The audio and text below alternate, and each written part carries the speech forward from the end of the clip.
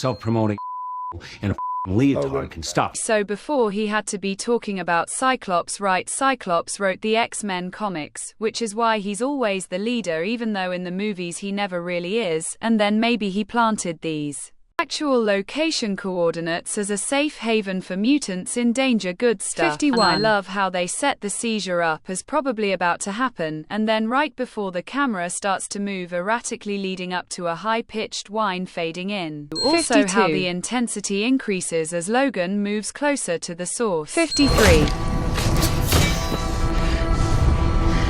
Yeah, he's coming for you. 54. This is one of the most creative, obviously 55. Brutal, and 56. Just plain awesome scenes in this film. 57. Teamwork. 58. The lives of 7 mutants, including several of the... It's funny, everyone was talking about how the broadcast got cut off, and you don't actually hear the X-Men part, and I really didn't believe it. Until I watched it again, I could have sworn she actually said it. Also, the embedded subtitles confirm it in case anyone is still confused. 59. It's sort of sweet that the one time Xavier uses his power purposefully in this film, it's to control the horses to help this family. 60. That's your daughter?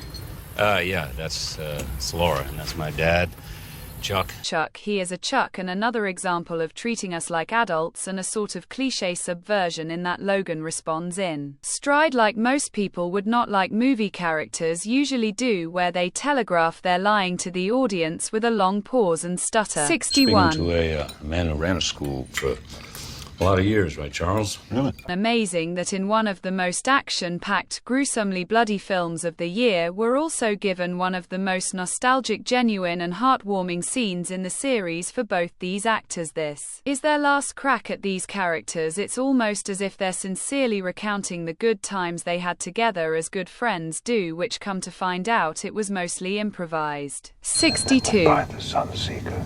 I think we all knew there was no typical happy ending for either of them going into this film, but Mangold does a good job of really setting us up for some hurt. 63.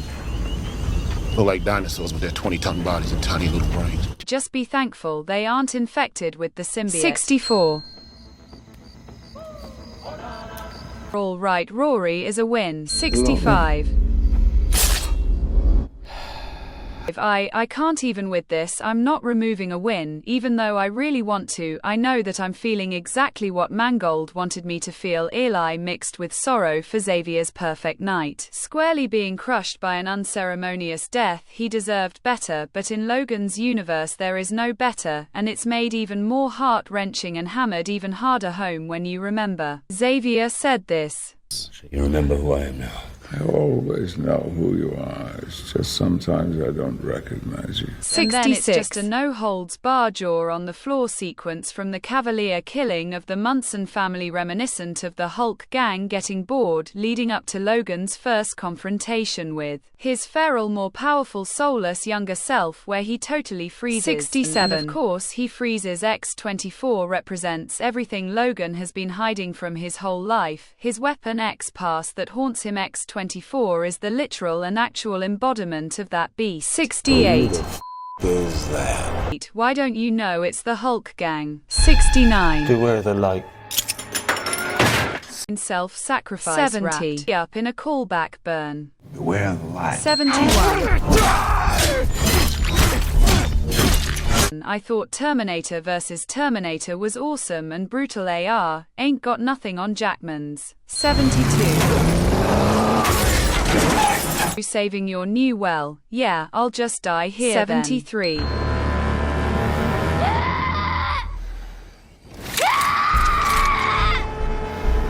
This score is so freaking dark. 74.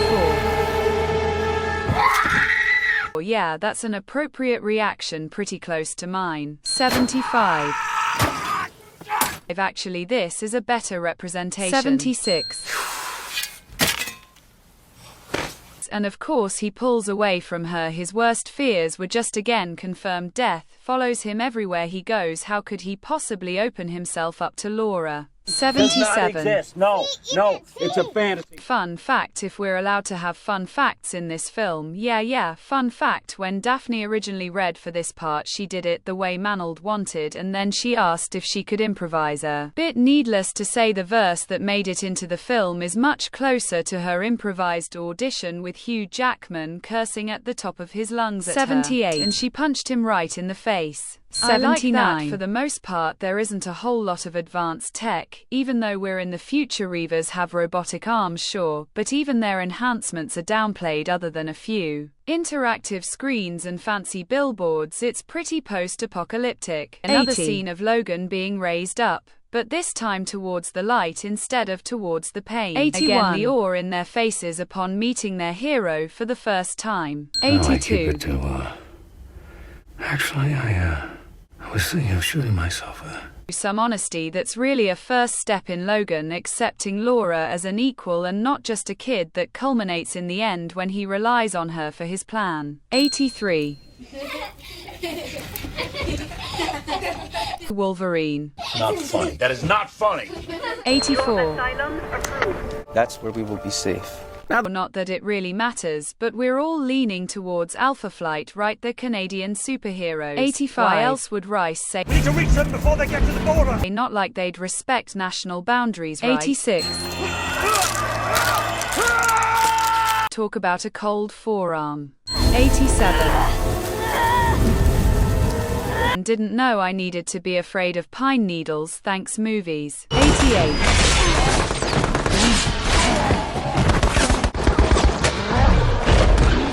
Yup. 89. Oh man, do I love this Forrest Slaughter Logan's last beast run where he's the baddest badass good guy. The look 90. On Laura's face when she realizes he really is coming to rescue her. And the mere fact that Logan is switched back into hero mode to protect his daughter. Get behind me. 91.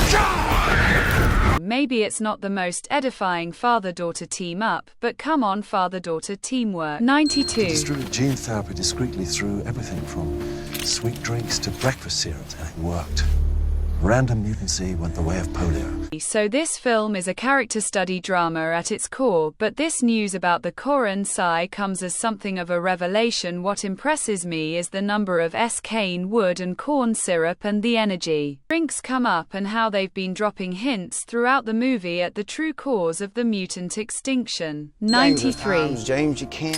Oh, I love that, as if the writers and movie of Logan's life itself was trying to go down a typical monologuing moment, and Logan said nah, to quote Valentine, this ain't that kind of movie. 94. And the deeper subtext of how Laura would know the signal, Laura, you'll know when. is even more fun, other than killing that dude earlier. Logan says, I don't like guns. We know that to be true of him as a character, so Laura, who also knows him as a character, would understand. 95. And this is also the culmination of his trust in her as he finally sees her as an equal. 96. I mean, you had to come in, bro. 97. Go! I love that Logan knows, that wouldn't have stopped me in my prime. 98. This is what it feels like. And again, so many meanings, so many feelings. Earlier Charles told Logan, You should take a moment and feel it. People who love each other. Safe place. to be loved, to have a family, and for one brief moment he did. 99. He's also finally getting his wish to die after a long life of torment and loss and not being able to die. 100. And for the first time someone he cares about, someone who has pushed their way into his heart, didn't die. 101. Bringing it full circle back to the Wolverine, Yukio's prophecy came true after all, since he is holding his heart in his hand. 102. Because what is the one thing that Logan is truly afraid of? What is the one thing that always ends up in heartache and pain for him? Love. Opening himself up to his daughter was a bigger antagonist than any giant robot or swarm of robots or guy in a robot suit. A beautiful, meaningful and sacrificial death, if there ever was one. 103.